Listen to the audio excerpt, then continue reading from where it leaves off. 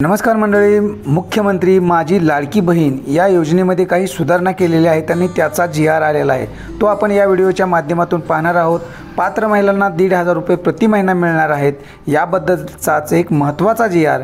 शासनाने सादर केलेला आहे। तो जी.आर. काय आहे आपण पाहूया। हा जी.आर. जो आहे 3 जुलै 2024 मधील जी.आर. आहे आणि हा जी.आर. आपण आता पाहूया। मुख्यमंत्री माझी लाडकी बहीण या योजनेच्या शासन निर्णय 28/6/2024 मध्ये खालीलप्रमाणे सुधारणा करण्यात येत आहे। तर आपण पाहूया या जी.आर. मध्ये काय सुधारणा करण्यात येणार आहे ते। आता बघा, शासन निर्णयामध्ये दुरुस्ती, योजनेचे लाभार्थी पात्रता अपात्रता व आवश्यक कागदपत्रे यामध्ये सुधारणा केलेल्या आहेत। आता शासन निर्णयामध्ये दुरुस्ती पहा। योजनेचे लाभार्थी महाराष्ट्र राज्यातील 21 ते 65 या वर्ष वयोगटातील विवाहित विधवा, घटस्फोटित, परित्यक्त्या आणि निराधार महिला तसेच त्या कुटुंबातील केवळ एक अविवाहित महिला, हे आपल्याला ही सुधारणा करण्यात आलेली आहे। एक अविवाहित महिला घेतलेली आहे आणि वयामध्ये 21 ते 65 वर्ष केलेले आहे। तर पूर्वी 21 ते 60 होते आणि विवाहित व विधवा, घटस्फोटित, परित्यक्त्या आणि निराधार महिला होत्या। यामध्ये अविवाहित एका कुटुंबातील एक महिला वाढवलेली आहे आणि वयामध्ये 5 वर्षाने वाढ केलेली आहे। आता नंतरचा बदल बघा। राज्यातील विवाहित विधवा, घटस्फोटित, परित्यक्त्या आणि निराधार महिला तसेच त्या कुटुंबातील केवळ एक अविवाहित महिला घेतलेली आहे। आता योजनेच्या लाभार्थ्याची पात्रता पहा। किमान वयाची 21 वर्षे पूर्ण व कमाल वयाची 65 वर्ष पूर्ण होईपर्यंत, म्हणजे 5 वर्ष वाढलेली आहेत।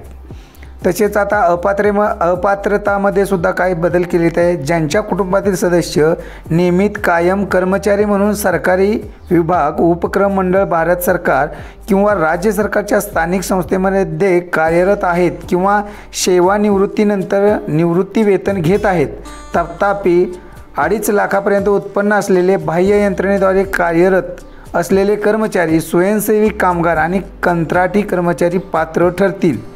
आता यामध्ये सुद्धा बदल केलेला आहे।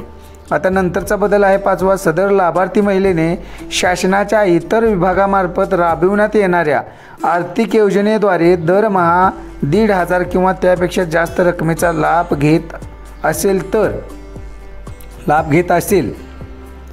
आता ही एक अपात्रता आहे। जर तुम्हाला 1,500 कोणत्याही इतर पेन्शनसारख्या योजनेतून मिळत असतील तर त्यामध्ये तुम्हाला अपात्र ठरवण्यात येईल। सदर लाभार्थी महिलेने शासनाच्या विभागामार्फत राबविण्यात येणाऱ्या आर्थिक योजनेद्वारे दरमहा 1,500 किंवा त्यापेक्षा जास्त रकमेचा लाभ घेत असेल।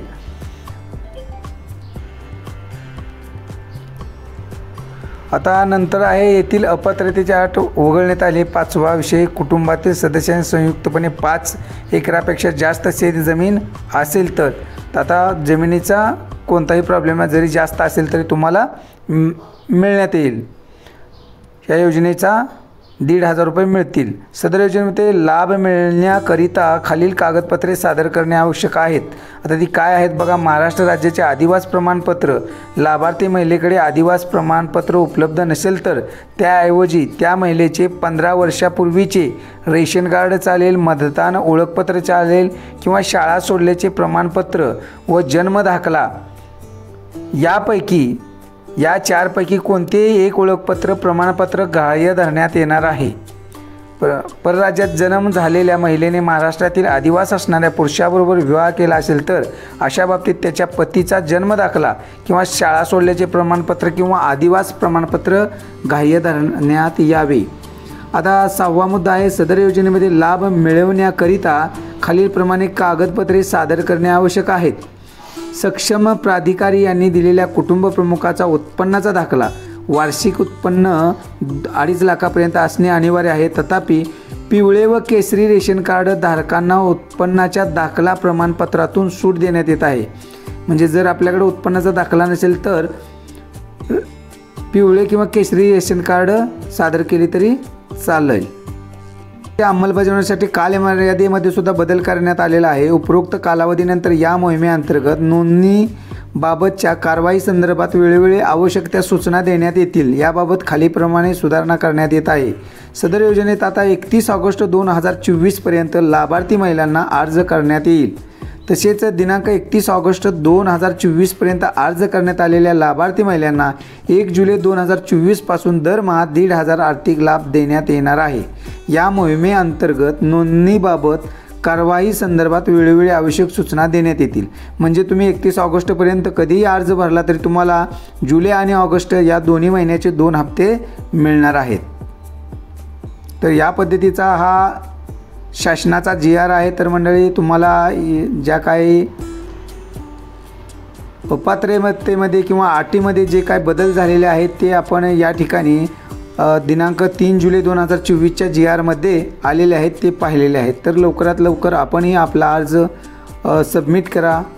तुम्ही स्वतः तुमच्या मोबाईलच्या सहाय्याने करू शकते किंवा जवळच्या महा ई-सेवा केंद्रामध्ये जाऊन सुद्धा हा अर्ज भरू शकता। असेच व्हिडिओ पाहण्यासाठी चॅनलला जरूर सबस्क्राईब करा। धन्यवाद।